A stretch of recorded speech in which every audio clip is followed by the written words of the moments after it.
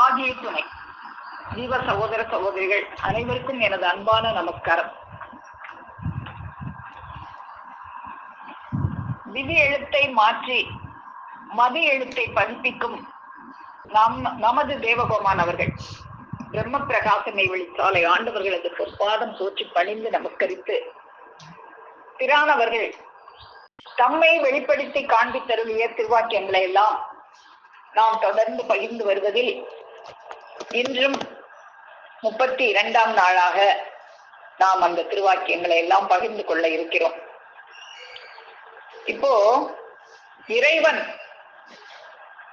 முதல்ல ஆதியில அணுவுக்குள் அணுவாக ஒடுங்கி இருந்த இந்த அண்ட சராசரங்கள் யாவையும், இந்த அண்ட சராசரங்கள் எல்லாமே முதல்ல ஒரு சின்ன அணுவுக்குள் அணுவாக தான் ஒடுங்கி இருந்தது. அப்படி ஒடுங்கி இருந்த அந்த அண்ட சராசரங்கள் யாவையும் இறைவன் வெளிப்பட பண்ணி எல்லாத்தையும் படைச்சிட்டாங்க. எல்லாத்தையும் படைச்சி தான் வெளியாக வேண்டும், தான் எங்கே போய் குடியேறி கொள்வது, தான் வெளியாக வேண்டிய ஒரு காருண்ய நாட்டத்தை கொண்டு இறைவன் தான் வெளியாவதற்காகவே இந்த மனித தூலத்தை படைப்புண்டாக்கினார்கள். தனது சாயலிலேயே இந்த மனிதனை சர்வ படைப்புகளிலும் வைத்து ஒரு மேன்மையானவனாக, எல்லா படைப்புகளிலும் மேம்பட்டதாக, மற்ற படைப்புகள் அனைத்தையும் வைத்து ஆளக்கூடிய திறம் கொண்டவனாக, வல்லமை படைத்தவனாக இந்த மனிதனை அண்டமனைத்தும் உள்ள பொருள் அனைத்தும் மனு உனக்கே, எல்லாமே இந்த மனிதனை குறிவைத்துத்தான் அவ்வளவும் படைக்கப்பெற்றது. இப்படியே அண்டமனைத்தும் உள்ள பொருள் அனைத்தும் மனு உனக்கே என்று இந்த மனிதனை குறிவைத்தே சகலத்தையும் படைத்து இந்த மனிதனை தனது சாயலிலேயே இறைவன் படைத்தார்கள். தனது சாயலிலே படைத்து அப்படி சர்வ படைப்புகளிலும் மேம்பட்டவனாக இந்த மனிதனை படைத்து இந்த மேம்பட்ட படைப்புக்குள்ளாக பல காவற்பாடுகளையும் நிறுவி தானும் இந்த மனிதனுக்குள்ளாக ஒரு அரூப வடிவத்தில் இறைவன் குடியேறி கொள்ளுகிறார்கள். பெருமான் அவங்க கேட்பாங்க, நீ ஒரு வீடு கட்டினா அந்த வீட்டுல எங்க போய் நீ குடியேறுவ? எல்லா ரூமும் வச்சு நாம கட்டுவோம், அதுல நீ கக்கூசுல போய் குடியிருப்பியா அப்படின்னு கேட்பாங்க. நல்ல அழகாக நமக்காக ஒரு பெட்ரூம் எல்லாம் தயார் பண்ணி ஏசி எல்லாம் போட்டு அதுலதானே நீ குடியிருப்ப. அதுபோல இறைவன் அவங்க படைச்ச அந்த படைப்புகள்ல எல்லாம் நீ கல்லுலையும் மண்ணிலையும் போய் இறைவனை தேடுறியே, அங்கேயா போய் இறைவன் மேம்பட்ட உன்னதமான படைப்பு மனித படைப்பு தானே, அங்கதானே இறைவன் குடியிருப்பாங்க, அங்கதானே நீ அவங்கள தேடணும். அப்போ இறைவன் குடியிருக்கும் இடத்துக்கு பேருதான் ஆலயம். அப்போ இறைவன் இந்த மனிதனுடைய தேகத்துக்குள்ளாக ஒரு ஆலயத்தை கட்டுறாங்க. அந்த ஆலயத்துக்கு பேரு புனற்றுரை கோயில். புனற்றுரை கோயில் என்னும் இதய தடாகம். அப்போ இந்த புனற்றுரை கோயில் என்னும் இதய தடாகம் ஆகிய அந்த கோயிலில் தான் இறைவன் குடியேறி கொள்ளுகிறார்கள். அப்போ இறைவனுடைய வேலை, அப்போ இறைவனுக்கு என்ன ஒரு வேலை வந்துருச்சு. அப்படி குடியேறின உடனே நாம இங்க இருக்கிறோம்னு இந்த மனிதனுக்கு தெரியப்படுத்தணுமே. இறைவன் குடியிருக்கிறது அரூபத்துல குடியிருக்கிறாங்க, இந்த மனிதனோ ரூபத்துல இருக்கிறான். இவனுக்கு தெரிவிக்கணும். தெரியாமத்தானே கல்லையும் மண்ணையும் தேடி அலைஞ்சிக்கிட்டு இருக்கிறான் இறைவனை. அப்போ இந்த மனிதனுக்கு தெரிவிக்கணுமே என்பதற்காக தான் இப்படி அரூப வடிவத்தில் உனக்குள்ளதான்ப்பா நான் குடியேறி இருக்கிறேன் என்று இந்த ரூபத்தில் வந்துள்ள மனிதனுக்கு தெரியப்படுத்த வேண்டும் என்கின்ற ஒரு காருண்ய நாட்டத்தை கொண்டு இறைவன் அரூபத்துல இருக்கும்போது இந்த வேலையை செய்ய முடியறது இல்லை. அதனால அவங்களும் நம்மை போல் ரூபம் எடுத்து வருகிறார்கள். ஏன் அப்படின்னா பேசி பேசித்தான் இவனுக்கு அதை விளக்க முடியும். வேற எப்படி விளக்க முடியும்? வேற எப்படியும் விளக்க முடியாது. பேசரும் பெரும்பொருளை பேசி அளிக்கின்ற பெருமானாக பேசித்தானே இந்த மனிதனுக்கு இதை அறிவிக்க வேண்டும். அப்போ இந்த ரூபத்தால பேச முடியுமா? பேச முடியாதே. அப்போ அந்த அரூப வடிவத்தில் இருந்த இறைவனுக்கு ஒரு ரூபம் தேவைப்படுகிறது. அப்போ அதனால இறைவன் என்ன செய்யறாங்க, முதல்ல இந்த மனிதனுக்கு தெரிவிக்கிறதுக்காக வேதங்களை எல்லாம் இறக்கி வைக்கிறாங்க. தீர்க்க தரிசியர்களின் மூலமாக வேதங்களை எல்லாம் இறக்கி வைக்கிறாங்க. அதுக்கப்புறம் அந்த வேதங்களை விளக்கி தர பாரவான்களை எல்லாம் அனுப்பி கொண்டே இருக்கிறாங்க. அதுக்கப்புறமாக தானே வந்து அவதாரம் செய்கிறார்கள். அப்போ இந்த இதய தடாக அந்த புனற்றுறை கோயில் இருக்கே, அந்த கோயில் எப்படி இருக்கு அப்படின்னா பிரகாசம் இல்லாம இருட்டாக இருக்கு. அங்க லைட் போடல. இந்த உலகத்துல எல்லாம் கூட சொல்லுவாங்க, உலகத்துல இருக்கிற அந்த கோயிலுக்கெல்லாம் விளக்கு போடணும், கிரிவலம் போற பாதையெல்லாம் இருட்டா இருக்கு, அங்கெல்லாம் விளக்கு போடணும்ன்றதுக்காக எல்லார்ட்டையும் காணிக்கை வசூல் செய்து அப்புறமெல்லாம் வெளியே போடுவாங்க. அப்போ இந்த மாதிரி வெளியே இருக்கிற கோயிலுக்கு வசூல் செஞ்சு விளக்கு போட்டுடலாம். இந்த அகத்துறை கோயிலுக்கு விளக்கு போடணுமே, இருட்டால இருக்கு அந்த கோயில். அப்போ அந்த கோயிலுக்கு விளக்கு போட நம்ம வசூல் செஞ்சு போட முடியுமா? அது இறைவனால மட்டும்தான் முடியும். எப்படி அவங்க போடுறாங்க? இந்த இதயம் இருட்டாக இருக்கு இந்த மனிதனுக்கு, இதய இருட்டு, உள்ளத்து இருட்டு அப்படின்லாம் பெருமான் அவங்க அருளி செய்வாங்க. அப்போ இந்த இருட்டை பிரகாசமாக்கணும். எப்படி பிரகாசமாக்கணும்? பேசி பேசி பேசி பேசி இந்த இருட்டை பிரகாசமாக்க வேண்டும். தனக்குள் தான் இறைவன் குடியேறி இருக்கின்றார்கள் என்று இந்த மனிதன் அறியாமல் இருக்கிறானே, இந்த அறியாமை என்னும் இருட்டை நீக்கி பிரகாசமாக அதை அந்த இருட்டை நீக்கி பிரகாசம் ஆக்குவதற்காக, இவனிடம் பேசுவதற்காக, பேசி பேசி இவனுக்கு அந்த பேசரும் பெரும்பொருளை அளிப்பதற்காக நம்போல் தூலம் எடுத்து வருகின்றார்கள். ஏன் அப்படின்னா அரூபத்துல இருக்கும்போது அந்த செயலை அவங்களால செய்ய முடியல. அதனால இந்த செயலை செய்வதற்காகவே நம்போல் நம்மேல் காருண்யம் கொண்டு தூலம் எடுத்து ரூபம் எடுத்து வருகிறார்கள். இறைவன் என்றால் கைகால் இல்லாதவனாச்சே, அரூபத்துல இருக்கிறவங்களாச்சே. ஆகவே ஈசனுடைய வேலையை மனித தூலத்தில் வந்துதான் செய்ய வேண்டும். அப்போ அவங்க அந்த செயலை செய்யறதுனா ஈசனுக்கும் இந்த மனிதனை போல தூலம் தேவைப்படுகிறது. அவர்களே அப்படி தூலம் எடுத்து வந்த அவர்களே மனு ஈசன் அல்லது குரு அல்லது பாரவான்கள் என்று அழைக்கப்பெறுகிறார்கள். குரு என்றால் உன் இதய இருட்டை சங்காரம் செய்து பிரகாசத்தில் மாற்றி வைக்க வல்லவர்கள் ஆகும். குரு என்ற அந்த எழுத்திலேயே அதனுடைய பொருள் இருக்கு. நம்ம தமிழ் எழுத்தெல்லாம் பார்த்தோம்னா ஒவ்வொரு எழுத்துக்குள்ளும் அதனுடைய பொருள் இருக்கும். கு என்றால் இருட்டு, ரு என்றால் பிரகாசம். இருட்டில் இருந்து பிரகாசத்திற்கு அழைத்து செல்பவர்கள். இப்ப இன்னைக்கு எந்த ஒரு சொல்லுக்கும் பொருள் இருக்குமே. இப்ப பெருமான் அவர்கள் இன்னைக்கு கூட நமக்கு ஒலிநாடாவில கேட்டோம், நமச்சிவாயம் அப்படின்னு 5 எழுத்து மந்திரம் தான்.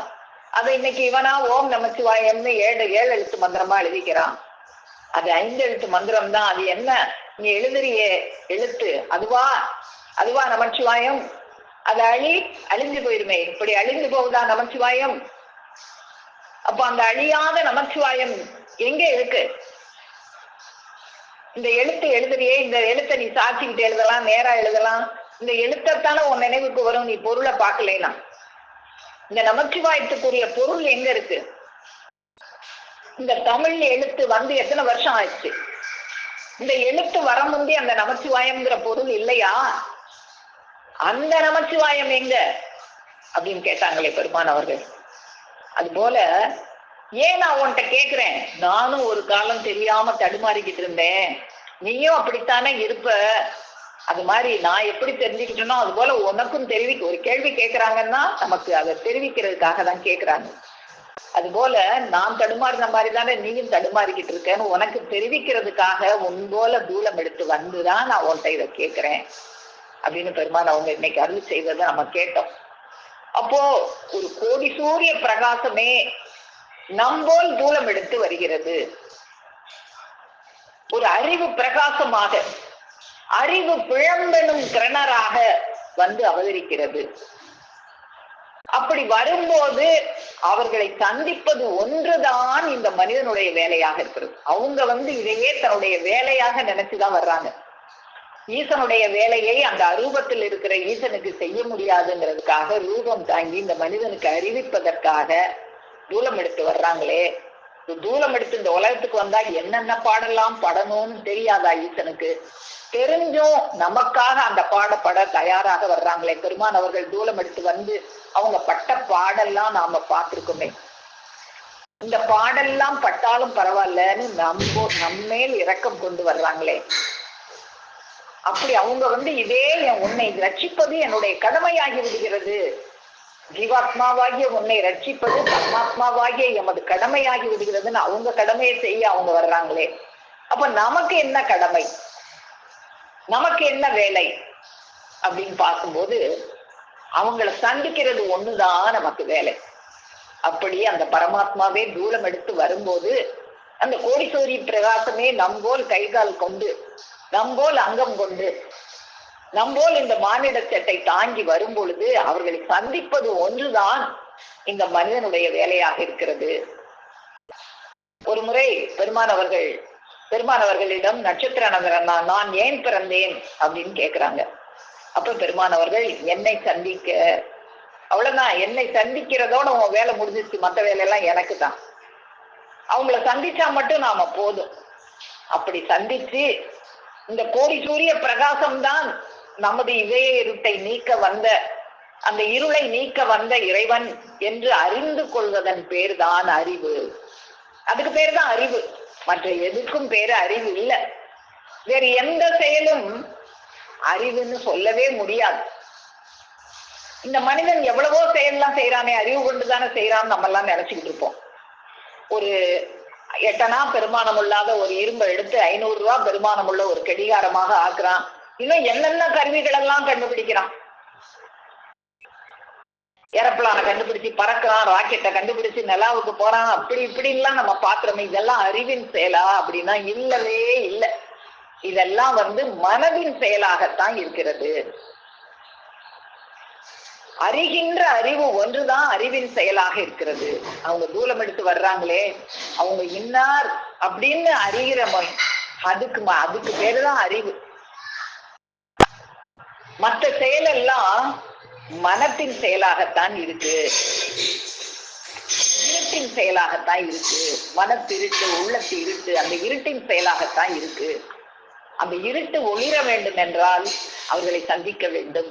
அறிவு ஒளிர ஆசானை தேடு, தேடி அவர்கள்தான் இன்னார், அந்த கோடி சூரிய பிரகாசம் தான் தூளம் எடுத்து வந்திருக்கிறது என்று அறிகின்ற அறிவே அறிவென்று அறிவாய்.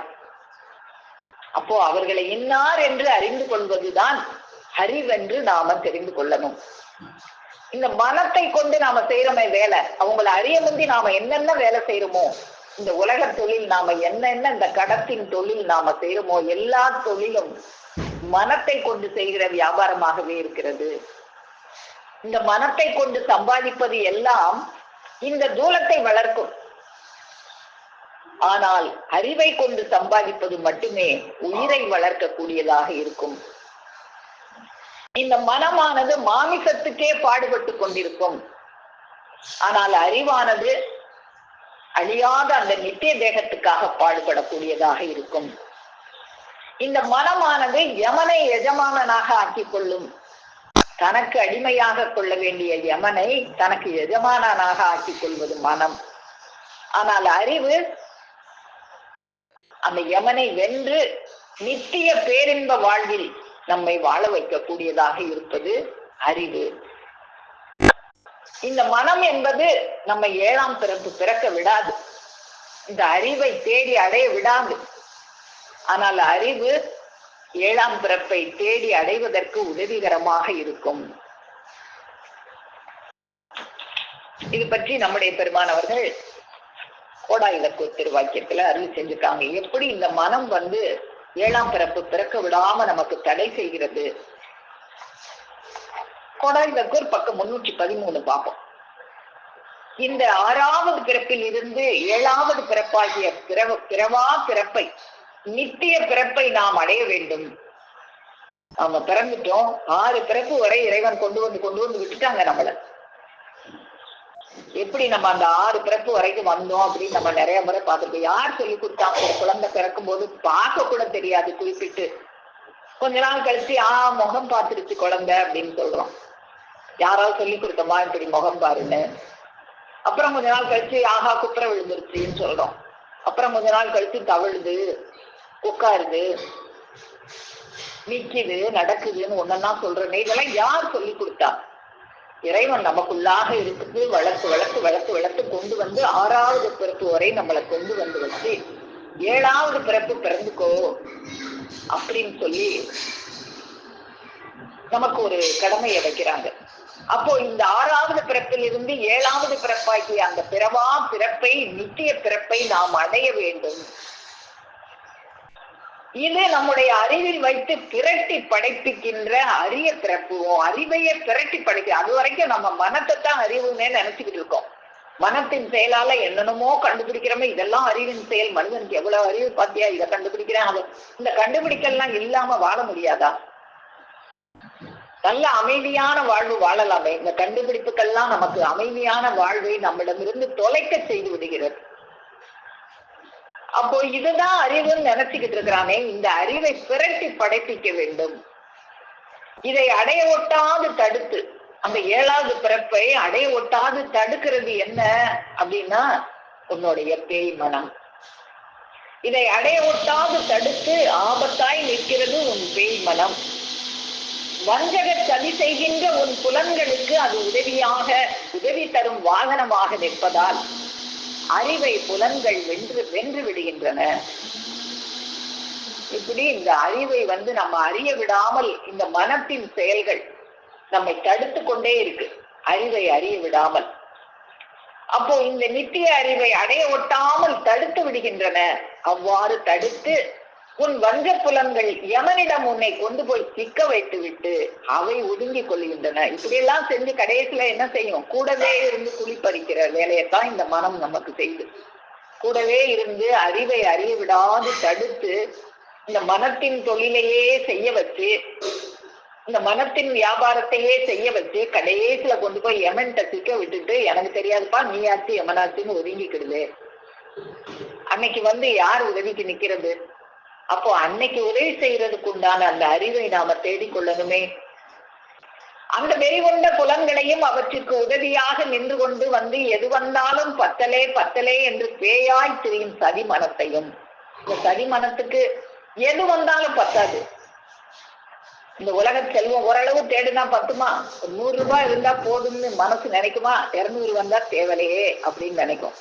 சரி 200 வந்தா அதோட நிக்குமா? 1000 வந்தா தேவலையே நினைக்கும். 1000 வந்தா போதும்னு நினைக்குமா? 10,000 வந்தா தேவலையே நினைக்கும். 10,000 வந்தாலும் அடங்காது, எது வந்தாலும் அடங்காது. இந்த மனசு பேயாய் திரியும் சதி மனத்தையும் பொய் வேடம் போட்டு பயில் பண்ணி ஜெயித்து நித்தியத்துவம் என்ற சீவ சிம்மாசன மேடு ஏற்றுவதற்கு நம் அறிவுக்கு தூலத்துணையாகிய பேயோடாடும் பெருமான் ஒருவர் வேண்டும். அப்போ நமக்கு என்ன வேணும்? ஒரு பேய். இந்த பேய் நமக்குள்ள இருந்து எது வந்தாலும் பத்தலன்னு ஒரு பேயாட்டம் ஆடிக்கிட்டு இருக்கே ஒரு மனசு, சைத்தானாக நமக்குள்ளாவே இருக்கே. அந்த 7ஆம் பிறப்பை நம்ம எடுக்க விடாம தடுத்துக்கிட்டு அந்த அறிவை அறியணுமே, அந்த அறிவாதார சொரூபகரை சந்திக்கணுமே, அதுக்கெல்லாம் செய்ய விடாம தடுத்துக்கிட்டு ஒரு பேயாக நமக்குள்ள உட்கார்ந்துக்கிட்டு இருக்கே. இந்த பேயை விரட்டக்கூடிய ஒரு பேயோட ஆளுகிற பெருமானுடைய துணை நமக்கு தேவையாக இருக்கிறது. ஒரு தெய்வத்தாய் ஒருவர் வேண்டும். ஏன்னா இந்த உதவி வேற யாராலையும் செய்ய முடியாது. இந்த யமனை விரட்டுகிற இந்த மனம் என்ற பேயோட ஆடுகிற அந்த செயலை உன் தாய் செய்வாளா? அந்த உதவியை உன் கூடவே இருக்கிற உன் அங்கக்குலங்கள் செய்யுமா? யாரும் செய்ய மாட்டாங்க பெருமான் அவர்களை தவிர. அப்போ அந்த தெய்வத்தாய் நமக்கு வேண்டும். அவர்களை தஞ்சமாக நாம் அடையவே தான் வேண்டும். நித்திய அறிவு பெற்ற நம்மை அழிவில் புகுத்த நிற்கும் பேய் மனதை திருப்பி சாவாவர முத்திவெளி நடத்தும் ஒரு அறிவாகார வல்லவரை, நித்திய ரூபகரை இப்பவே அடையாவிட்டால் எப்ப அடையலாம்? நாளைக்குன்னு பாத்துக்கலாமா? நாளைக்கு நினைக்காத. இப்ப நாளைக்கு என்ன நினைக்குமோ தெரியும், நடக்குமோ தெரியாதே. கபீர்தாசர் சொல்லுவாங்க, நாளைக்கு செய்யணும்னு நினைக்கிற ஒரு நல்ல காரியத்தை இன்னைக்கே செய். இன்னைக்கு செய்யணும்னு நினைச்சீன்னா இப்பவே செய். ஏன்னா அடுத்த நொடி உனக்கு சொந்தம் இல்லை. அடுத்த நொடியில பிரளயம் கூட வந்துடலாம். அடுத்த நொடி என்ன நடக்கும் நமக்கு தெரியாது. அதனால இப்பவே அடையாவிட்டால் நீங்காத தண்டனையாகிய நரக அவஸ்தை வந்துவிடுமே. அங்கு வாழ்க்கை அலற நிற்கும் கொடிய நெருப்பே. இங்க ஒரு சின்ன முள்ளு குத்தினாலும் நீ தாங்க மாட்டியே, அந்த நரக அவஸ்தையை எப்படி தாங்க போற அப்படின்னு தான் நான் உன்கிட்ட இறங்கி வந்து சொல்றேன் அப்படின்னு பெருமான் அவங்க அருளி செய்வாங்களே. அப்பெல்லாம் அலட்சியப்படுத்திட்டு அப்புறம் போய் அந்த நரக அவஸ்தையை நாம அனுபவிக்கணுமா? அங்க வாழ்க்கையே கொடிய நெருப்பு தான். அங்க உணவு நரகலே. அறிவு பிறப்பாகிய இதில் ஏற்படும் தவறுதல் ஒரு நாள் தவறுதலா? இப்படி அவங்கள சந்திக்கணும்ன்ற ஒண்ணுதான் நமக்கு கடமையா கொடுத்துருக்காங்களே. இந்த தவறு நாள் இது ஒரு நாள் தவறுதலா? எக்கோடி காலத்துக்கு உண்டான தவறுதல் அது. அதுக்கப்புறம் எக்கோடி காலத்துக்கும் நெருப்புக்குள்ளதான் கிடந்து நீ வேகணும். எக்கோடி காலத்திற்கும் அவஸ்தையில் புகுகின்ற தவறுதல் அல்லவா அந்த தவறுதல். இதை எச்சரித்து அறிவிப்பதற்குத்தான், இந்த நித்திய முத்தி கல்வியை கற்பிப்பதற்குத்தான் எல்லா கிரந்தங்களும் எல்லா வேத பாடங்களும் வந்தன. இந்த கல்வியை உனக்கு புகற்றுறதுக்காகத்தான் எல்லா வேத பாடங்களும் வந்தன. நீ ஆனா உலகத்துல போய் என்னென்னமோ பொய் கல்வியை ஆதி காலத்துல இந்த கல்வியை தான் கற்றுக் கொடுத்தாங்க. இதுதான் கல்வி. இப்ப கல்வி என்னவாச்சு? டா இப்பா டப்பா டாமாராயும் டமாரம் டப்பா டமாரம்னு படிக்கிற கல்வி ஆயிருச்சு. இப்ப இந்த மனமானது 7ஆம் பிறப்பு பிறக்க விடாம நமக்கு தடுக்கிறத நம்ம பார்த்தோம். இந்த மனமானது சௌகரியத்திலேயே ஒட்டக்கூடியது. சௌகரியத்தையே தான் தேடும். சௌகரியத்திலிருந்து கொஞ்சம் கூட கலந்து வர்றதுக்கு இந்த மனம் சம்மதிக்கவே சம்மதிக்காது. ஆனா அறிவானது சௌகரியத்திலிருந்து தானாகவே கலந்து கொள்ளும். அதனாலதான் இந்த ஆசார அனுஷ்டானங்கள் எல்லாம் காலையில எந்திரி, 4 மணிக்கு எந்திரி, படி, உடம்ப சுத்தமாக குளிச்சுக்கோ, கோயில்ல போய் இத்தனை தடவை பிரகாரத்தை சுத்து, இப்படி எல்லாம் சௌகரியத்திலிருந்து நம்மளை கலட்டி விடுறதுக்காக தான் இந்த ஆசார அனுஷ்டானங்களை எல்லாம் எடுத்து வச்சாங்க. படுத்தே கிடந்தா சுகமா தான் இருக்கும். மனசு அதைத்தான் கேட்கும். அறிவு சொல்லும் எந்திரி, எந்திரிச்சு படின்னு சொல்லும். மனசு சொல்லும் இந்த நேரம் தூங்குவோமே, சுகமா இருக்குமே, நல்லா போத்திக்கிட்டு படுத்தா நல்லா இருக்கே அப்படின்னு மனசு சொல்லும். அப்போ சௌகரிய பாட்டில் உன் உடலும் மனமும் பாயும் போது உன் மனம் அதில் விடாப்பிடியாக ஒட்டி கொண்டு விடுகிறது. அதனால் இதே மனம்தான் உன்னை நரகத்திற்கு அழைத்து சென்று விடுகிறது. இப்படி எல்லாம் செஞ்சு செஞ்சு அது கடைசியில கொண்டு போய் நரகத்தோட வாசல்ல கொண்டு போய் உன்னை விட்டுட்டு அது ஒதுங்கிடும். அங்க இழுத்துட்டு போறதுக்கு ரெடியா நிப்பான் எமன். வாசல் வரைக்கும் வந்துட்டியா, வா உள்ள வா வா அப்படின்னு தள்ளுறதுக்கு. இப்போ இந்த சௌகரிய பாட்டுக்காக மனமானது பல கோடி நரகமுகமாக மாறும். இதை சொல்லி சொல்லி சொல்லி காட்டினால் விளங்காது என்றுதான் அந்த காலத்தில் இருந்து உன்னை பக்தியிலும் அன்பிலும் வணக்க முறைகளிலும் அனுஷ்டானங்களிலும் பழக்கி ஆக்கினார்கள். இதுக்காக தான் அந்த காலத்துல இந்த சௌகரியத்திலே இருக்காத, சொகுதிலே இருக்காத சௌகரிய சகதி கடல், அதுல மாட்டிட்டீங்கன்னா இழுக்க முடியாது உன்னைய அப்படின்னு தான் இப்படி எல்லாம் ஆசார அனுஷ்டானங்கள்ல நம்மளை பழக்கி வச்சாங்க. இந்த சௌகரிய இச்சை அவரவர் ஜீவனின் தனித்தன்மையை மூடிவிடும். காணுவதற்கரிய காட்சிகள் கண்ணுக்குத்தான் தெரியப்படும். அப்போது உன் கண்ணை மூடிக்கொண்டு இருந்து விட்டால் காட்சிகள் மறைந்துதானே இருக்கும். பெரிய காண்டற்கரிய காட்சிகள்லாம் இருக்கு.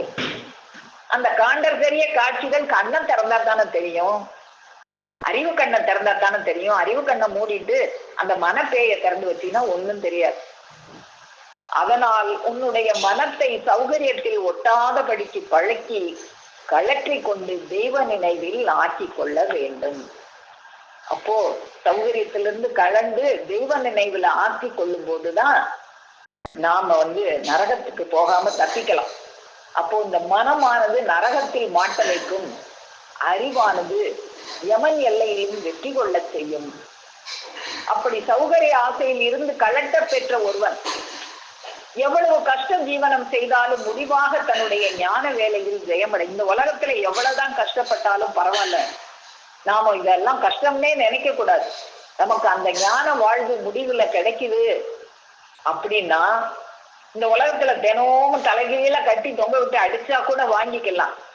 இந்த உலக கஷ்டம் இன்னைக்கோ நாளைக்கோ எப்பயோ முடிய போறது. இது ஒண்ணும் நிரந்தரம் இல்லையே. நமக்கு கிடைக்க போற அந்த பரமபத வாழ்வு ஒன்றுலதான் நமக்கு நோக்கமாக இருக்கணும். அதுக்காக இந்த உலகத்துல எந்த கஷ்டம் வந்தாலும் நம்ம அதை பெருசாக நினைக்க தேவையே இல்லை. தாண்டி கொண்ட பெருமான இருக்காங்க, அவங்க பாத்துக்குவாங்க அப்படின்னு நம்ம எல்லாத்தையும் தாண்டி போகிற அந்த மன வலிமை நமக்கு வந்துடும். அந்த மலை மேல சாஞ்சி கொண்டா, அந்த வைர மலை மேல சாஞ்சி கொண்டா அவங்க எல்லாத்தையும் தாங்கி எல்லாத்தையும் கடந்து போகிற வல்லமை நமக்கு கொடுத்துருவாங்களே. ஆனால் இவன் மனமானது சௌகரியத்தை நாடி நின்றால், அப்படிலாம் இல்லாம சௌகரியத்திலேயே இருந்தீனா, நான் கொஞ்சம் கூட காலையில எந்திரிச்செல்லாம் படிக்க மாட்டேன், நல்லா சாப்பிட்டு சாப்பிட்டு தூங்குவேன் அப்படின்னு நீ சௌகரியத்திலே இருந்தீனா, கடைசியில் மாமிசமாகிய நரகத்தில் மாட்டிக்கொள்ளும். சௌகரியத்தில் திளைத்து கடைசியில் ஞானத்தில் ஒட்டி கொள்ளலாம் என்று கடைசி காலத்துல பாத்துக்கலாம் அப்படின்னு நினைப்ப. அப்படி நினைச்சினா அந்த கடைசி காலத்துல நீ போய் நல்ல சகதியில மாட்டின பிறகு இந்த புதைகுழின்னு ஒரு மணல் இருக்கும், அதுக்குள்ள இறங்குனா மீட்பிக்கவே முடியாது, அது அப்படியே உள்ள இழுத்துக்கிட்டு போயிடும். கொஞ்சம் மேல இருந்தீங்கன்னா கூட ஒரு கயிறை வீசி இதை பிடிச்சுக்கோன்னு சொல்லி உன்னை இழுக்கலாம். ரொம்ப உள்ள போயிட்டீங்கன்னா யாரு இழுக்க முடியும், உன்னை காப்பாற்ற முடியாது. அது போல கடைசியில் ஞானத்தில் ஒட்டி கொள்ளலாம் என்று அந்த புதைகுழி சகதியிலே நீ போய் மாட்டிக்கிட்டீங்கன்னா, அந்த ஆசானாகிய ஜீவன் முக்தர் எவ்வளவு முயற்சி செய்தாலும் உன்னை காப்பாற்ற முடியாது. அப்போது ஜெயிக்க முடியாத ஒரு எல்லையில் ஒரு சகதியில் இவன் மாட்டிக்கொண்டு அவரால் இவனை மீட்பிக்க முடியாதவாறு ஆகிவிடும். அப்ப ஜீவன் முக்தரே நினைச்சா கூட மீட்பிக்க முடியாத அந்த சகதிக்குள்ள போய் மாட்டிராத. திரிகரணத்தையும் விழுங்க யமன் வரும்போது நீ எந்த மூலையிலோ சொருகப்படுவாய். நம்ம பார்த்தோமே அந்த புதைகுழி அந்த சகதிக்குள்ள போய் நீ சொருகிட்டீன்னா மீட்பிக்க முடியாது. ஜீவன் முக்தரே நினைச்சாலும் முடியாது. வேறு எந்த மூலையிலோ உள்ள நாம் வந்து உதவ இப்போதே எம் மீது எந்த சௌகரியமும் எதிர்பாராமல் அன்பு கொள். அப்போ நான் ஏதோ ஒரு மூலையில இருக்கேன், நீ ஏதோ ஒரு மூலையில இருக்க, நீ இப்பவே நினைச்சுக்கிட்டே இருந்தீங்கன்னா நான் உங்ககிட்ட நெருங்கி வந்துருவேன்.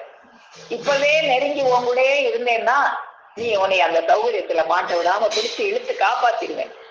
அதனால இப்பவே நீ என் மேல் வந்துரு. இப்பவே கபீர்தாஸ் சொன்ன மாதிரி நாளைக்கு செய்யணும்னு நினைச்சீங்கன்னா இன்னைக்கே செய், இன்னைக்கு செய்யணும்னு முடிவெடுத்தீங்கன்னா இப்பவே செய். ஏன் பல் பர்மே பிரளயபி ஹோகா அப்படின்னு, பல் பர்மே ஒரு வினாடியில் பிரளயம் கூட வந்து விடலாம். அதனால இப்போதே சொல்லி வைத்தேன், இப்பயே சொல்லிட்டாங்க நமக்கு. சௌகரிய பாட்டில் சாயாமல் நாம் எப்பேர் கொத்தவர் என்று அறிந்துள்ள நீ எம்மை உன் அன்பு பிறந்த உளப்பூர்வமாக நினைத்து பணிந்து நிற்கும் போதுதான் ஆசான் கருணை உன் மீது பாயும். இப்ப என்னை யாருன்னு தெரிஞ்சுக்கிட்டியா? என்னைய யாருன்னு நீ தெரிஞ்சுக்கிட்டீனா, எம்மை நாம் எப்பேர் கொத்தவர் என்று அறிந்துள்ள நீ என்று தெரிஞ்சாச்சு. தெரிஞ்ச பிறகு என்ன செய்யணும்? எம்மை உன் அன்பு பிறந்த உளப்பூர்வமாக நினைக்கும். அதுதான், வேற ஒண்ணும் சொல்லல. அவங்க உளப்பூர்வமாக அவங்க மேல அன்பு பொழியணும், அது மட்டும்தான் கேட்கிறாங்க. அந்த அன்புதான் உன்னை சிவமாக்கும். உளப்பூர்வமாக நினைந்து பணிந்து நிற்கும் போதுதான் ஆசான் கருணை உன் மீது பாயும். அவனுடைய இரக்கம் ஒண்ணுதான் நமக்கு முக்தி தரக்கூடியதாக இருக்கும். வேற எதுவுமே முக்தி தர போறதில்லை. ஆசானுடைய இரக்கம் ஒண்ணு நம்ம மேல பாயும்படி நாம நடந்துக்கிட்டா போதும். ஒரு சின்ன பள்ளம் வெட்டினாலே அவங்க இரக்கம் வந்து பாஞ்சி வந்துருவாங்க. இரக்கம் வராது, பாஞ்சி வரும். பாஞ்சி வரும்னா எவ்வளவு வேகமா வரும். நாம செய்ய வேண்டியது ஒரு சின்ன பள்ளம், பள்ளமே வராம மேடையே போட்டுக்கிட்டு இருந்தோம்னா மேட்டுக்கு எப்படி வரும்? எம் தேக எலும்பு உருகும்படி காட்டிலும் மேட்டிலும் குகையிலும் வெறும் கத்தாழையை தின்று கொண்டு எதையும் எதிர்பாராமல் தவம் இருந்ததனால் அல்லவா இந்த மெய்யெழில் எமது கையில் செழித்தோங்கி வளர்ந்தது. எனக்கு எப்படி கிடைச்சிச்சு? காட்டிலையும் மேட்டிலையும் ஆசான் பின்னாலே திரும்பி அவங்களுடைய இரக்கத்தை பெற்று அடுத்த வேளைக்கு உணவு என்னன்னா சிந்திக்கல. கத்தாழைய ஏதாவது குளத்து நீர் கிடைச்சா அந்த நீரை பருகிறது, கத்தாழை செய்யிருந்தா அந்த கத்தாழைய சாப்பிடுறது. இப்படி என்னுடைய தேக எலும்பெல்லாம் உருகும்படி காட்டிலையும் மேட்டிலையும் திரும்பி நான் பெற்றேன். உடனே அப்படி பெற சொல்லல. நீ போய் அந்த வசதிங்கிற தகுதியில மாட்டிடாம அதுல இருந்து சௌகரியத்துல இருந்து கொஞ்சம் கலட்டிட்டு என் மேல அன்பு செலுத்து, அது போதும் அப்படின்னு பெருமான் அவர்கள் நமக்கு. இதுதான் இந்த மனத்தின் தொழிலானது உன்னை வந்து எப்படி எல்லாம் வீணாக்குது. ஆனா அறிவின் தொழில் உன்னை கொண்டு போய் எங்க சேர்க்கும் அப்படின்னு நமக்கு பெருமாள் அவர்கள் அமுத கலைஞான போதத்துல இந்த மனத்தின் வியாபாரம் கடத்தினுடைய தொழிலாக இருக்கு அப்படின்னு நமக்கு எடுத்துக்காட்டுறாங்க. அந்த பாடலை பார்ப்போம். கரணமுடன் கருதி தட்டு வங்களென்றும் கடத்தின் தொழில் மனத்தின் வியாபாரமென்றும் சிரவணமென்றும் சீவன் சாட்சி என்றும் சரீரம் அங்கே போனதென்றும் வந்ததென்றும் அரணடியை அடைந்தவன் போர் சாது போலும் அதற்குரிய பாசாங்கும் வேடம் பாடம் திரணமெனும் மலமகளான் முட்டி முட்டி திரிகரணம் போட்டாலும் தெரிய போமோ. இந்த மனத்தோட தொழிலையே நீ இருந்தீனா அது இந்த கடத்துக்குண்டான நன்மையை செய்யும். மனத்தின் தொழில் நீ குட்டிக்கரணம் போட்டாலும் அந்த திரவணம் என்னும் ஜீவனை நீ அடைய முடியாது, அதை தெரிஞ்சிக்க முடியாது. அதை தெரிஞ்சிக்கன்னா என்ன செய்யணும்? அந்த பிரம்மம் நம்ம பார்த்தமே என்னை சந்திக்கிறது ஒண்ணுதான் வேலைன்னு சொன்னாங்களே, அது மாதிரி அதை சந்திச்சுட்டா அதுக்கப்புறம் உனக்கு என்ன நடக்கும்? காணுவது விராட் பிரம்ம வைப்பினாலே, அந்த விராட் பிரம்மத்தை நீ கண்டினா கலங்காத யமன் கலங்கி கதறலாகும். எதற்கும் கலங்காத யமன் கதறிட்டு ஓடிடுவான் உன்னை விட்டுட்டு. பானமுத காம தேன் வந்தே வாய்க்கும் பழமறையின் கடல் நாவில் அலையாய் மோதும் கோணாய உலகுயிர்க்கும் என்னாளேனும் குடிதழைத்து கற்பகமாம் தருணியாவாய். கற்பக தருவா நீ ஆயிருவ. உன்னுடைய நாவில அந்த காமதேன நீ பருக பருக உன்னுடைய நாவில் அந்த பழமறையின் வேதங்கள் எல்லாம் உன்னுடைய நாவில் கடல் நாவில் அலையாய் மோதும். உன் நாவில வேத வார்த்தைகள் தான் மோதும். அதுக்கப்புறம் இந்த வீணான இந்த உலக பேச்சுக்கள் உன் நாட்டுல மோதாது. கற்பக தருவா நீயே ஆயிருவ. வேணும் விராட் பிரம்ம நிஜ வைப்பென்றாக்கா வேணதெல்லாம் கொடுத்தேனும் வாங்கு வாங்கே. இந்த கற்பக தெளிவா உன்னை ஆக்குற அந்த பிரம்மம் கிடைக்குதுன்னா என்னனாலும் கொடுத்து அதை வாங்கு. இந்த உலகத்துல என்ன கஷ்டம் பட்டாலும் அதை பத்தி கவலைப்படாத.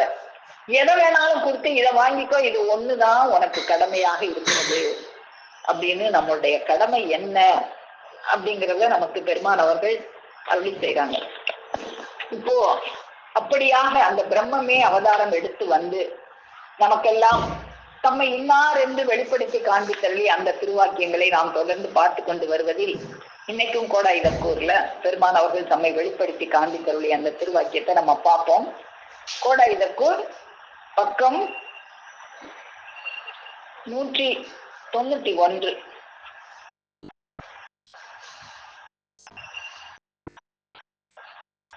மனிதனை இறைவன் படைத்தது நித்தியத்திற்கு. ஆனால் மனிதன் யமனிடம் மாட்டி அவமானப்பட்டு தொலைய பழகி கொண்டான். யமபடரை மிதித்து ஏறும் மெய்ச்செயலை ஒரு சினிமா மாதிரி மட்டமாக நினைத்து கொண்டான். சீதோஷ்ணம் சமமாக இருக்கின்ற இந்த பூமியிலேயே முக்கணிகளும் விளைகின்ற இந்த பூமியிலேயே அறிவு இப்படி கீழாக போய்விட்டதானால் பனியானது மூடிக்கொண்டு குளிராகவே இருக்கும் நாடு மேல் நாடு என்று சொல்லுகிற நாடு, நாற்றத்தையே மனம் என்று சந்தோஷமாக அருந்துகிற நாடு, அந்த நாட்டில் போய் அவர்களைப் போலவே படித்து அந்த உடை நடை பழக்கம் எல்லாம் பழக வேண்டும் என்கிறார்களே, அந்த படிப்பு படித்தால் இவர்களுக்கு என்ன வரும்? எவரையும் அலட்சியம் பண்ணும் புத்தி தான் வருகிறது, மற்றவர்களை மதிக்காத புத்தி வருகிறது. இப்போ இந்த கல்வியெல்லாம் என்ன உனக்கு கொடுக்குது? அறிவையா கொடுக்குது? மற்றவர்களை பொல்லாருக்கு கல்வி வரின் கர்வம் உண்டாம், அதனோடு பொருளும் சேர்ந்தால் சொல்லாது சொல்ல வைக்கும், சொச்சென்றால் குடி எடுக்க துணிவன் கண்டாய். அப்போ இந்த கல்வி எல்லாம் மற்றவர்களை மதிக்காத புத்தியை தான் உனக்கு தருது. ஒரு தெய்வ எல்லையில் வந்து பிறரை நீ அலட்சியம் செய்தால் இங்கு உள்ளவர்கள் இவர்களை என்ன நினைப்பார்கள்? இதுதானா இவர்கள் படித்ததற்கு அடையாளம்? நாம் இவர்களிடம் எப்படி பழகினாலும் நம்மை அலட்சியப்படுத்துகிறார்களே என்ற கோரமே அவர்கள் மேல் வரும். தன் மீது கோரம் உண்டாகும்படி நடப்பது அறிவா? இல்லை, அதெல்லாம் மனத்தின் செயலாகத்தான் இருக்கு. அப்போ அது அறிவின் செயல் இல்லை. அப்போ நரரை மக்களாக ஆக்குகின்ற ஒரு செயல் உடைய அந்த எல்லை.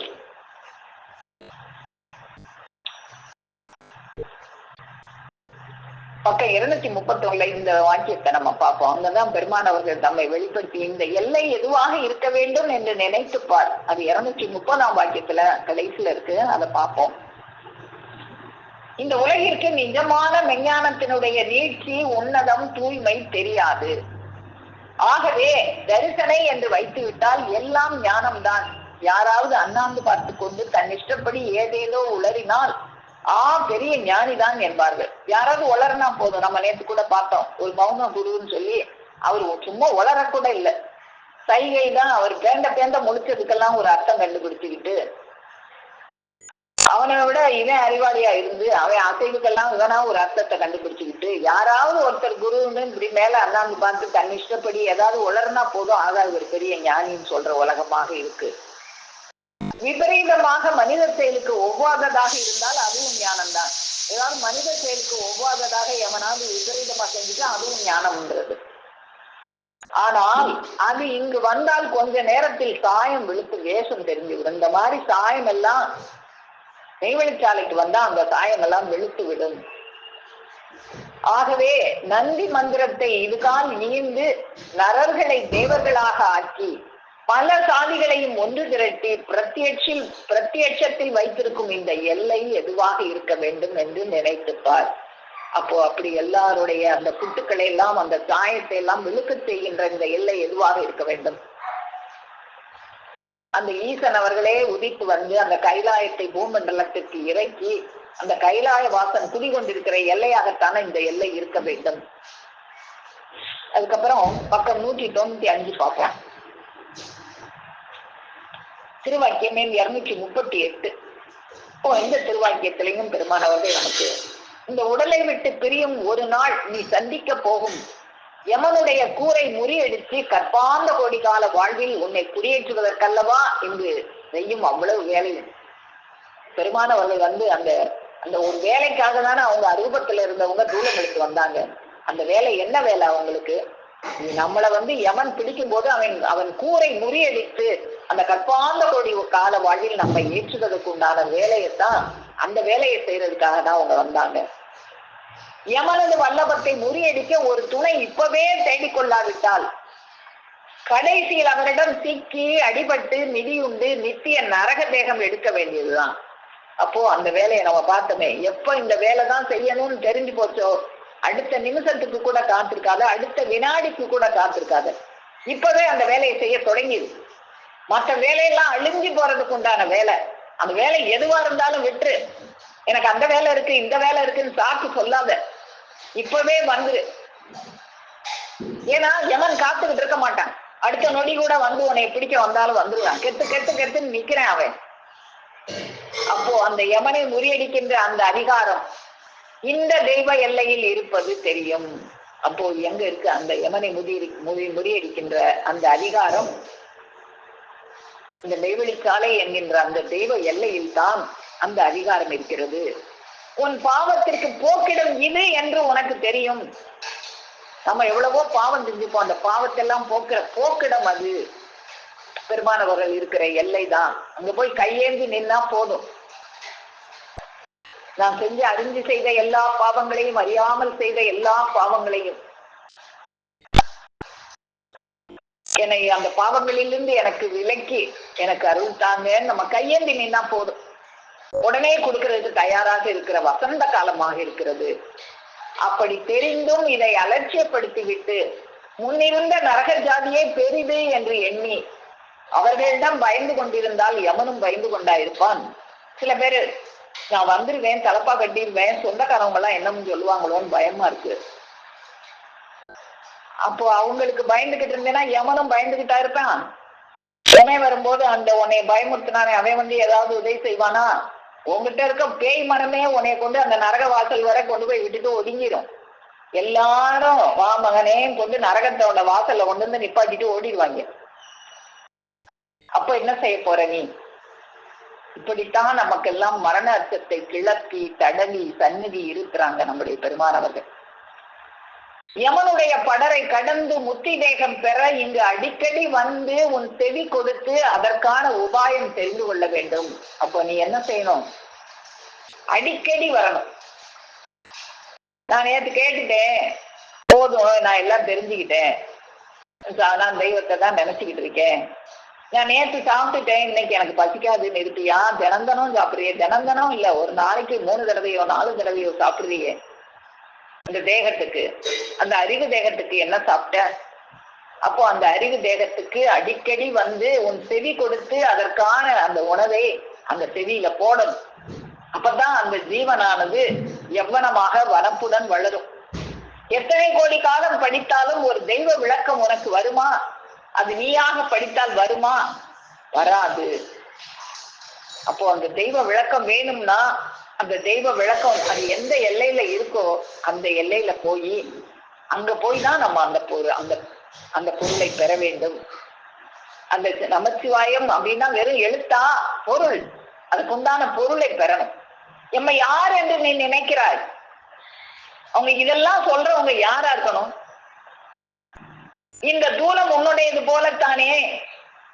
அவங்களுடைய தூலம் நம்முடையது போல இருக்கிறதுனால அவங்களும் நம்மளை போல மனிதர்னு நம்ம நினைக்கிறோமா?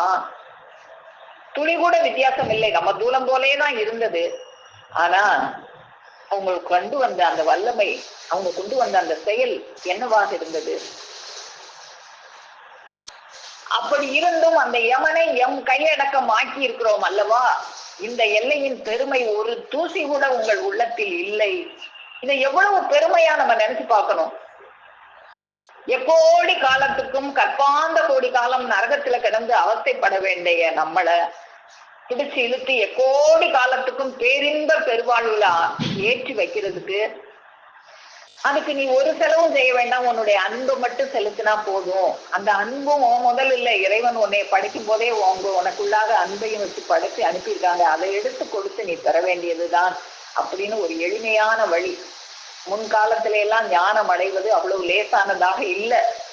நீ மனைவி மக்களை எல்லாம் விட்டு துறவு கொண்டு 12 ஆண்டுகள் ஆசான் பின்னாலேயே திரும்பி பெற வேண்டிய ஒரு செயலாக இருந்தத பெருமான் அவர்கள் வந்த காலத்துல எளிமையாக்கி கொடுத்து, இதெல்லாம் இப்படியெல்லாம் நீ செஞ்சினா இது மனத்தின் செயல், அது பேய். இந்த மனம் அந்த பேயை விரட்டுற பெருமானாக நான் இருக்கிறேன், என்னை ஒரு தெய்வத்தாயாக நீ ஏற்றுக்கொள் அப்படின்னு தானே வலிய வந்து அதை நாம அப்படி செய்யும் போது அதை எவ்வளவு பெருமையாக நாம நினைக்க வேண்டும். நீங்கள் ஒவ்வொருவரும் நாம் எங்க இருக்கிறோம்? யமன் கையில் சிக்கி இருக்கிறோமா அல்லது அதை விட்டு விட்டு தேவன் கையில் சிக்கி இருக்கிறோமா என்று சதா எண்ணிய வண்ணம் இருக்க வேண்டும். அப்போ ஒவ்வொரு நொடியும் இந்த விட்டு நாம விலகு போற நேரம் எல்லாம் ரெடியா நின்றுகிட்டு இருக்கான். கொஞ்சம் அந்த பிரகாசத்தை விட்டு நாம தெய்வ வாக்கியத்துக்குள்ளே இருக்கும் போது நம்ம அந்த அறிவின் பிரகாசத்துக்குள்ளே இருக்கோம். அதை விட்டு விலகி வரும்போது உடனே யமன் பிரகாசத்துல இருக்கும்போது அவனால பிடிக்க முடியாது. இருட்டுக்கு வந்தோம்னா, மனதின் தொழிலுக்கு வந்தோம்னா பிடிச்சுக்கிடுவோம். அறிவின் தொழிலுக்கு போனோம்னா அவனால பிடிக்க முடியாது. ஒரு நிமிஷம் விலகி வந்தாலும் இப்ப நம்ம பேசிக்கிட்டே இருக்கோம்னா கூட வெளியே நின்று பார்த்துக்கிட்டே எப்போ இவங்க பேசி முடிச்சுட்டு வெளியே வருவாங்க பிடிக்கலாம் அப்படின்னு. அவனை பிடிக்க விடக்கூடாது. எந்த நேரமும் அந்த யாசினை சொந்தமாய் தரி சித்தபின் எந்த நேரமும் அவங்கள நினைவிலேயே நம்ம வச்சுக்கிட்டே இருக்கோம். அப்போ அவர்களை சந்திப்பது ஒண்ணுதான் நம்மளுடைய வேலையாக இருக்கு. வேற எதுவுமே நம்முடைய வேலையாக இல்லை. மற்ற எல்லாமே இந்த மனத்தினுடைய செயலாகத்தான் இருக்கு. இந்த மனத்தின் செயலால இந்த மனிதன் என்ன வேணா கண்டுபிடிக்கலாம். அதெல்லாம் அழிவை நோக்கித்தான் இவனை கொண்டு போகக்கூடியதாக இருக்கும். இந்த மனசன் எது வந்தாலும் பத்தலைங்கிறது தான் இந்த மனதின் செயலாக இருக்கு. என்ன கொடுத்தாலும் பத்தாது இந்த மனிதனுக்கு. பெரிய ராஜாவா இருந்தாலும் ஒரு பிச்சைக்கார புத்தியோட தான் இருக்கும். இன்னும் வேணும் இன்னும் வேணும்னு நினைக்கும் போது அவன் பிச்சைக்காரன் தான். ஒரு பெரிய ராஜா இந்த மனத்தின் செயலை பத்தி சொன்னதுக்காக ஒரு சின்ன கதையை பார்ப்போம். ஒரு ராஜா ஒரு அரண்மனையில உப்பரிகையில நின்று பார்த்துட்டு இருக்கிறாரு. ஒருவன் அந்த வழியாக பதறி பதறி ஓடி வந்துகிட்டு இருக்கான். அவன் ஏன் ஓடி வந்துகிட்டு இருக்கான், அவனை கூட்டிட்டு வா அப்படின்னு சொல்லி ஒரு வேலையாளை அனுப்பி அவனை அழைச்சிட்டு வர சொல்றாரு. அந்த வேலையாள் போய் அவனை அழைச்சிட்டு வர்றாங்க. ஏன் இப்படி பதறி ஓடிக்கிட்டு இருக்க அப்படிங்கும் போது, நான் இந்த அரண்மனையினுடைய வடக்கு வாசல் பக்கம் ஒரு வெள்ளி நாணயத்தை புதைச்சு வச்சேன். இப்ப எனக்கு அது தேவைப்படுது, பத்திரமா இருக்கட்டுமேங்கிறக்காக புதைச்சு வச்சேன். இப்ப எனக்கு அது தேவைப்படுது, அதை எடுக்கிறதுக்காக நான் ஓடிக்கொண்டிருக்கிறேன் அப்படின்னு சொல்றான். ஒரு வெள்ளி நாணயத்துக்காகவா இப்படி பதறிட்டு ஓடுற? நான் உனக்கு 10 வெள்ளி நாணயத்தை தர்றேன், உனக்கு என்ன வேலை இருக்கோ எந்த அவசியம் இருக்கோ அதை நிறைவேற்றிக்கோ அப்படின்னு சொல்லி அந்த ராஜா 10 வெள்ளி நாணயத்தை தர்ற. நீ அமைதியா போ, இப்படி பதறிக்கிட்டு ஓடாத, இந்த 10 வெள்ளி நாணயத்தை வச்சு நீ என்ன காரியம் செய்யணுமோ அதை அமைதியா செய்யி, ஏன் இப்படி பரபரத்து ஓடி வர்ற அப்படின்னு சொன்னோடனே, இல்ல சரி உங்களுக்கு இந்த 10 கொடுத்ததுக்கு உங்களுக்கு ரொம்ப நன்றி, ஆனா நான் இன்னொருக்க ஓடி போய் அந்த ஒன்னையும் எடுத்தா 10 பலவனா இருக்குமே என்கிட்ட, அதனால அதையும் போய் எடுத்துக்கிறேன் அப்படின்னோடனே அந்த ராஜா சிரிக்கிறார். உனக்கு 10 கொடுத்தேனே, ஏன் அந்த ஒன்னையே நினைக்கிற? சரி விடு, உனக்கு 100 தாரேன், 100 வெள்ளி நாணயம் தாரேன், அதை மறந்துரு, அங்கிட்டே ஓடாத, நீ என்ன காரியம் செய்யணுமோ அதை அமைதியா போய் செய் அப்படின்னு சொல்றாரு. சரி பரவாயில்ல, நான் அந்த 100 கொடுத்தீங்க, அந்த ஒன்னையும் எடுத்தா 101 இருக்குமேன்னு பாக்குறேன் அப்படின்னு சொல்றேன். 100 வெள்ளி நாணயம் கொடுத்தா தானே நீ அப்படி நினைக்கிற, 100 தங்க நாணயம் தாரேன், அந்த ஒரு வெள்ளி நாணயத்தை மறந்து. 100 தங்க நாணயத்தோட அந்த ஒரு வெள்ளி நாணயமும் இருந்தா 100 தங்க நாணயம் பிளஸ் ஒரு வெள்ளி நாணயமே என்கிட்ட இருக்குமே அப்படின்னு சொல்றோம். அப்போ அந்த ராஜா சொல்றாரு, சரிப்பா உன் மனசு இப்படி அடங்க மாட்டேது, அந்த ஒன்னையே குறி வச்சுக்கிட்டே போகுதே, உனக்கு இந்த நாட்டுல பாதி தந்துடுறேன், அப்பயாவது நீ அந்த ஒன்னை நோக்கி ஓடாம இருப்பியா அப்படின்னு கேக்குறாரு. அப்பயும் என்ன சொல்றான், சரி பாதி தரேன்னு சொன்னீங்க, ரொம்ப சந்தோஷம், அந்த பாதி அந்த வடக்கு வாசல் பக்கம் ஒன்ன புதைச்சு வச்சிருக்கேன், அந்த பகுதியை எனக்கு பாதியா கொடுங்க அப்படின்னு கேக்குறான். அப்போ இதுதான் பேய் மனம்ங்கிறது. ஒரு பெரிய நாட்டிலேயே பாதி தாரேன்னு சொல்லியாச்சு, அப்போ கூட அந்த ஒன்ன ஏன் விடணும்னு நினைக்கிது பாருங்க இந்த பேய் மனம். அதுதான் பேய் மனமாக இருக்கிறது.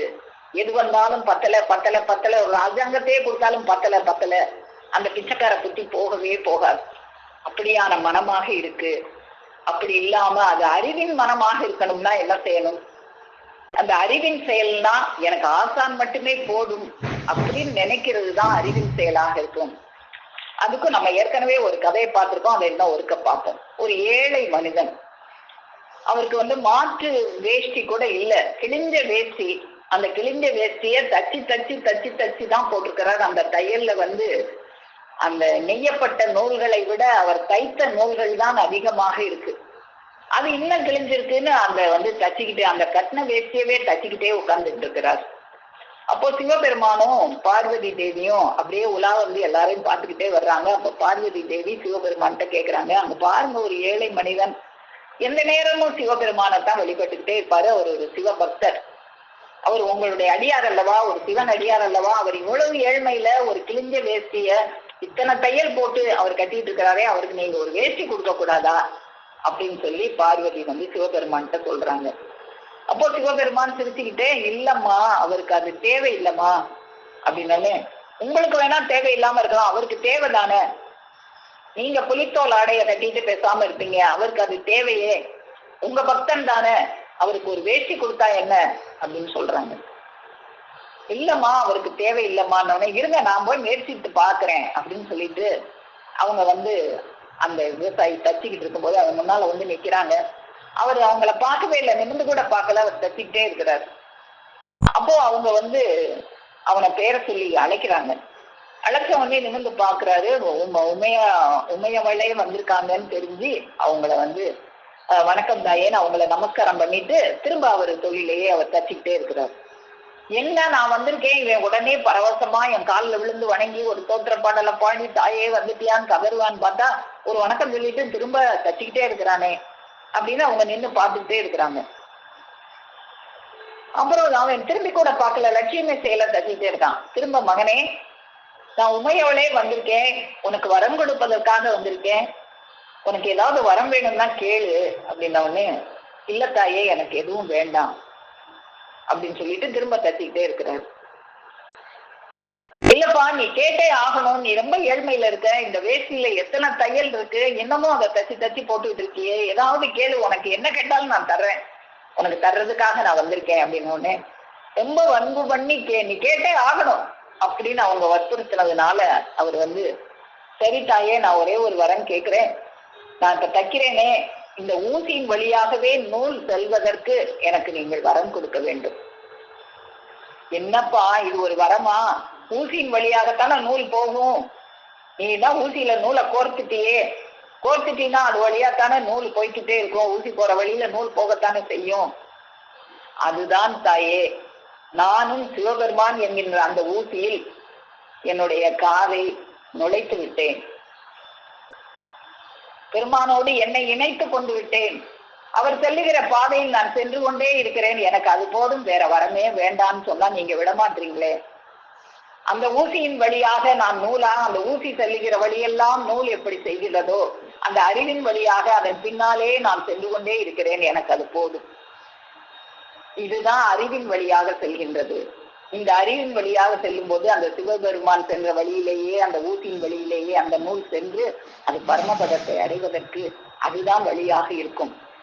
இப்படியாக நாம மனத்தின் செயல் கொண்டு எது வந்தாலும் பத்தலைங்கிற பேய் மனமாக இல்லாமல் அறிவின் செயல் கொண்டு ஆசானவர்கள் பின்னாலேயே, அந்த ஊசியின் பின்னாலே நூல் செல்வது போல ஆசானவர்கள் வழியிலேயே நாம நடந்தோமானால் அவர்கள் நம்மை எளிதாக அந்த பரமபதத்திற்கு ஏற்றி வைத்து விடுவார்கள்.